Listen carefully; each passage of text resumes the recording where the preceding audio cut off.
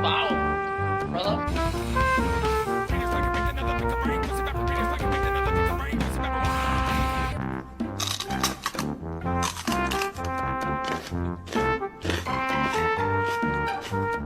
hast du davon? Du wolltest Schwein ziehen.